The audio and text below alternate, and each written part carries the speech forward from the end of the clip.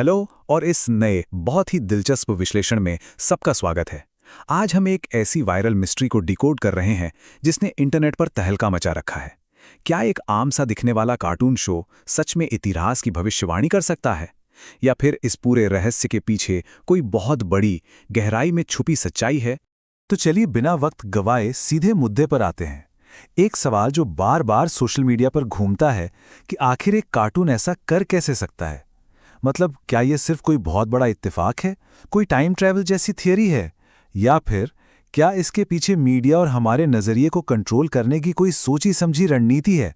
चलिए आज इसी बात की तह तक जाते हैं। अब जरा इस टाइमलाइन पर नजर डालिए। घटनाओं के बीच के इन सालों के फासलों को समझना बहुत जरूरी है। 1993 का एक एपिसोड देखिए जिसमें एक सफेद बाघ अपने ट्रेनर पर हमला करता है, और फिर ठीक 10 साल बाद 2003 में वेगास में हूबहू ऐसा ही होता है। 1995 में वॉइस कमांड वाली स्मार्ट वॉच दिखाई जाती है, उस वक्त जब असल दुनिया में स्मार्टफोन का नामो निशान तक नहीं था। और 1998 में दिखाया गया कि फॉक्स स्टूडियोज डिज्नी का हिस्सा बन गया है, जो हकीकत में 2017 में जाके सच हुआ। मतलब इन घटनाओं के बीच का गैप देखिए। तो आते हैं हमारे पहले सेक्शन पर, पॉप कल्चर प्रिडिक्शंस और ओवल ऑफिस की वो अजीबोगरीब समानता। आइए तुरंत हाल ही के एक सबसे चर्चित राजनीतिक किस्से का विश्लेषण करते हैं। ये वाली समानता तो सच में हैरान करने वाली है। बाईं तरफ देखिए, साल 2001 का एपिसोड है जहां लीजा सिम्पसन को 2028 में अमेरिका की पहली महिला राष्ट्रपति के रूप में दिखाया गया है, और दाईं तरफ हैं 2021 में उपराष्ट्रपति कमला हैरिस। दोनों की पर्पल ड्रेस बिल्कुल हूबहू एक जैसी है। दिलचस्प बात तो ये है कि एपिसोड में लीजा कहती हैं कि उन्हें डोनाल्ड ट्रंप से एक बर्बाद इकोनॉमी विरासत में मिली है। यहां तक कि उस एपिसोड में लीजा को वीगन डाइट पर दिखाया गया था, और असल जिंदगी में कमला हैरिस ने भी वीगन डाइट को प्रमोट किया है ना? एकदम अचंभे वाली बात। अब बढ़ते हैं सेक्शन 2 की तरफ, लॉजिक एंड सर्वाइवरशिप बायस। देखिए, किसी भी जादुई या अलौकिक निष्कर्ष पर पहुंचने से पहले हमें इस विषय को तर्क और ऐतिहासिक पैटर्न के नजरिए से भी जरूर देखना चाहिए। तो इस पर्पल ड्रेस वाली बात का ना एक बहुत ही लॉजिकल जवाब मौजूद है, जिसे पॉलिटिकल कलर थ्योरी कहते हैं। अमेरिकी राजनीति में डेमोक्रेट्स का रंग नीला है और रिपब्लिकन्स का लाल। अब लाल और नीले को मिलाएंगे तो क्या बनेगा? पर्पल, यानी बैंगनी रंग। ऐतिहासिक रूप से जब भी कोई नया नेता एकता का संदेश देना चाहता है तो वो पर्पल पहनता है। तो बहुत मुमकिन है कि शो के लेखकों ने बस इसी तार्किक राजनीतिक पैटर्न का इस्तेमाल किया हो। तो यहाँ सबसे अहम पॉइंट जो समझने वाला है वो साइकोलॉजी का एक कॉन्सेप्ट है जिसे सर्वाइवरशिप बायस कहते हैं। इसे ऐसे समझिए, मान लीजिए मेले में डॉट्स का गेम चल रहा है। अगर 10 बार निशाना लगाया जाए और एक निशाना बिल्कुल सटीक लग जाए तो इसका मतलब ये तो नहीं ना कि निशाना लगाने वाला मास्टर है। ये सिर्फ प्रोबेबिलिटी है। अक्सर होता यह है कि उन 9 निशानों को पूरी तरह से भुला दिया जाता है जो चूके थे, और सारा ध्यान बस उसी एक सफल निशाने पर अटक कर रह जाता है। इस बात को शो के स्केल पर रखकर देखते हैं। 36 सालों से चल रहे इस शो में 800 से ज्यादा एपिसोड्स हैं। हर एपिसोड लगभग 20 मिनट का है, और हर मिनट औसतन 8 जोक्स या अलग अलग सीन्स दिखाए जाते हैं। इस विशाल स्तर को समझना वाकई बहुत जरूरी है। अब जरा इन सारे आंकड़ों को गुणा करके देखिए। सामने एक बहुत ही विशाल संख्या आती है, लगभग 12,28,000। सोचिए, इतने सारे जोक्स और प्रेडिक्शंस में से अगर कुछ दर्जन बातें सच हो भी जाएं, तो गणित के हिसाब से ये कोई भविष्यवाणी नहीं है, बल्कि विशुद्ध रूप से सिर्फ एक संयोग है। लेकिन रुकिए, यहीं आता है हमारा section 3, the insider information theory. चलिए पढ़तों को थोड़ा और उधेड़ते हैं, क्योंकि गणित हर चीज को साबित नहीं कर सकता। अब हम उन अजीबोगरीब बातों की तरफ रुख करेंगे जो सिर्फ संयोग से कहीं आगे की एक बहुत ही रहस्यमयी कहानी बयां करती हैं। यहां पर आकर एक बहुत बड़ा वैचारिक टकराव पैदा हो जाता है। क्या यह सच में सिर्फ एक मासूम सा संयोग है, या फिर क्या इस शो के लेखकों की पहुंच किसी ऐसे खास इनसाइडर नेटवर्क तक है जहां दुनिया के सबसे बड़े फैसले लिए जाते हैं? सोर्स मटेरियल्स इस दूसरी थ्योरी के फेवर में कुछ बहुत ही हैरान करने वाले दस्तावेज पेश करते हैं।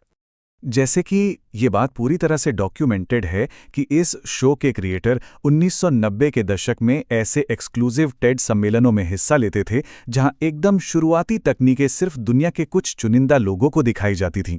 यही नहीं, कुछ कानूनी दस्तावेजों के अनुसार उनका नाम जेफरी एप्स्टीन के प्राइवेट जेट की फ्लाइट लॉग्स में भी दर्ज पाया गया है, जो इस बात की पुष्टि करता है कि उनकी पहुंच यकीनन एक बहुत ही हाई प्रोफाइल एलीट नेटवर्क तक थी। अब जरा साल 2000 के इस खास एपिसोड की कहानी पर गौर कीजिए। इसमें मुख्य किरदार होमर एक सीक्रेट फ्लू शॉट प्लान का पर्दाफाश करता है। इसके तुरंत बाद उसे एक रहस्यमयी आइलैंड पर अगवा कर लिया जाता है। वहां से किसी तरह बच निकलने के बाद वो लिखता है कि कुछ पागल लोग एक आइलैंड से छुपकर दुनिया चला रहे हैं। बाद में लोगों ने इस काल्पनिक कहानी की तुलना असल दुनिया के एप्स्टीन आइलैंड और बाकी जियोपॉलिटिकल स्कैंडल से की। काफी अजीब है ना? और ये बात एक और दिलचस्प कड़ी को सामने लाती है। इस शो के मुख्य लेखक हार्वर्ड, प्रिंसटन और बर्कले जैसी उन्हीं टॉप यूनिवर्सिटी से पढ़कर निकले हैं जहां से global policy makers, think tank analyst और बड़े बड़े रणनीतिकार निकलते हैं। मतलब वे सभी एक ही एलीट इकोसिस्टम में पले बड़े हैं। इसलिए ये बात बिल्कुल मानी जा सकती है कि वे उन डिस्कशंस का हिस्सा होते हैं जो आगे चलकर भविष्य की दुनिया को आकार देते हैं। तो चलिए अब इस तस्वीर को थोड़ा और बड़ा करते हैं। सेक्शन 4 में शेपिंग पब्लिक परसेप्शन। बात सिर्फ एक कार्टून शो की नहीं है, बल्कि पूरी एंटरटेनमेंट इंडस्ट्री और सरकारों के बीच के जो आपसी संबंध हैं, वो ऐतिहासिक रूप से बहुत गहरे रहे हैं। इस ऐतिहासिक टाइमलाइन को देखने से चीजें और भी साफ हो जाती हैं। 1940 के दशक में पेंटागन ने हॉलीवुड के साथ मिलकर काम करने के लिए बाकायदा एक ऑफिस खोला था। फिर 1950s के दशक में CIA ने प्रोजेक्ट M के अल्ट्रा शुरू किया, जिसमें मानवीय व्यवहार को समझने के लिए हिप्नोसिस और अलग अलग दवाइयों का इस्तेमाल किया गया। हालांकि ये 1973 में बंद हो गया, लेकिन 1996 में CIA ने भी एंटरटेनमेंट इंडस्ट्री की स्क्रिप्ट्स को अपने हिसाब से पॉलिश करने के लिए अपना खुद का ऑफिस बना लिया। इस पूरे घटनाक्रम से एक बहुत ही पावरफुल कॉन्सेप्ट उभर कर आता है, प्रेडिक्टिव प्रोग्रामिंग। ये एक ऐसी थ्योरी है जिसमें एंटरटेनमेंट मीडिया के जरिए भविष्य के विचारों को धीरे धीरे बड़ी ही चालाकी से समाज के अवचेतन मन यानी सबकॉन्शियस माइंड में डाला जाता है। इसका मकसद क्या है? ताकि जब वो घटनाएं असल जिंदगी में घटें तो समाज को एकदम से कोई बड़ा झटका ना लगे, क्योंकि लोग दिमागी तौर पर उसके लिए पहले से तैयार होते हैं। और देखिए, ये कोई हवाई बातें नहीं हैं, इसके एकदम पुख्ता डॉक्यूमेंटेड प्रमाण मौजूद हैं। हल्क फिल्म का ही उदाहरण ले लीजिए। पेंटागन ने इसमें एक ऑपरेशन का नाम ही बदलवा दिया क्योंकि वो वियतनाम युद्ध की याद दिलाता था।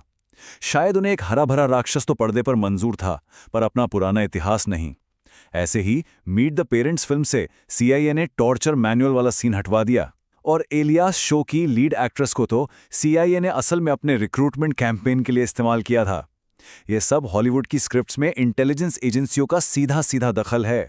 अब इस स्लाइड पर जो बात है वो वाकई सबसे ज्यादा चौंकाने वाली है। वो है थ्रेट सिनेरियो वर्कशॉप्स। इसमें होता क्या है कि इंटेलिजेंस ऑफिसर्स टीवी राइटर्स के साथ बाकायदा मीटिंग्स करते हैं और उन्हें काल्पनिक खतरे देते हैं, जैसे कि कोई एंथ्रैक्स अटैक हो गया। ऐसा इसलिए किया जाता है क्योंकि फिक्शन राइटर्स ये इमेजिन कर सकते हैं कि ऐसे मुश्किल वक्त में आम जनता का, समाज का रिएक्शन कैसा होगा, वो कितने अनप्रेडिक्टेबल हो सकते हैं। इससे एजेंसियों को अपनी नई रणनीतियां बनाने में बहुत मदद मिलती है। तो अब आते हैं हमारे आखिरी हिस्से पर, section 5, from audience to observer. इन सभी कड़ियों को जोड़ने के बाद आखिर में असल मुद्दा क्या निकल कर आता है? बात सिर्फ ये नहीं है कि कौन भविष्य की भविष्यवाणी कर रहा है, बल्कि ये समझना है कि मीडिया को गढ़ा कैसे जाता है। सच तो ये है कि दुनिया में चीजें उतनी रैंडम होती नहीं हैं जितनी हमें स्क्रीन पर दिखाई देती हैं। ऐतिहासिक बदलाव अचानक रातों रात नहीं होते। वे असल जिंदगी में घटने से बहुत पहले किसी आइडिया और किसी नैरेटिव के रूप में शुरू होते हैं। और यही मीडिया की असली ताकत है, ये इल्यूजन पैदा करना कि जो कुछ भी हो रहा है वो बस इत्तेफाक से रैंडमली हो रहा है। और ये जो परसेप्शन कंट्रोल या धारणा नियंत्रण है, ये कोई कॉन्स्पिरेसी थियरी नहीं है। हमारे पास इतिहास है इसका। द्वितीय विश्व युद्ध में हॉलीवुड का खुलेआम इस्तेमाल हुआ मोराल बूस्ट करने के लिए। शीत युद्ध के दौरान सोवियत संघ के खिलाफ अमेरिकी हीरोइज्म के नैरेटिव सेट किए गए। और आज के मॉडर्न दौर की बात करें तो 1100 से भी ज्यादा टीवी शोज ऐसे हैं जिन्हें खुफिया एजेंसियों का सीधा सीधा समर्थन मिला हुआ है। सोर्स मटेरियल का एक बहुत ही गहरा कोट है जो इस पूरी सिचुएशन को समराइज करता है। The absence of evidence is not the evidence of absence. मतलब सबूत का सामने ना होना इस बात का सबूत बिल्कुल नहीं है कि वो चीज मौजूद ही नहीं है। भले ही कोई सीधा एग्रीमेंट या स्टैम्प पेपर हमें देखने को ना मिले, लेकिन एलीट प्रभाव और नैरेटिव कंट्रोल के जो ये साफ पैटर्न्स नजर आ रहे हैं, इन्हें बस यूं ही नजरअंदाज नहीं किया जा सकता। तो इस पूरी चर्चा के बाद अंत में एक ही सवाल उठता है कि मीडिया को कंज्यूम करते वक्त इंसान की असल भूमिका क्या है। जिस दिन ये समझ आ जाता है कि पर्दे पर जो दिख रहा है वो आखिर क्यों दिखाया जा रहा है, तो इंसान सिर्फ एक मूक दर्शक या ऑडियंस नहीं रह जाता, बल्कि एक ऑब्जर्वर बन जाता है। और एक बात पक्की है, एक जागरूक ऑब्जर्वर को आसानी से मैनिपुलेट नहीं किया जा सकता। इस जानकारी से लैस होने के बाद यकीनन अब स्क्रीन पर मीडिया को देखने का पूरा नजरिया ही बदल जाने वाला है। इस विश्लेषण का हिस्सा बनने के लिए शुक्रिया।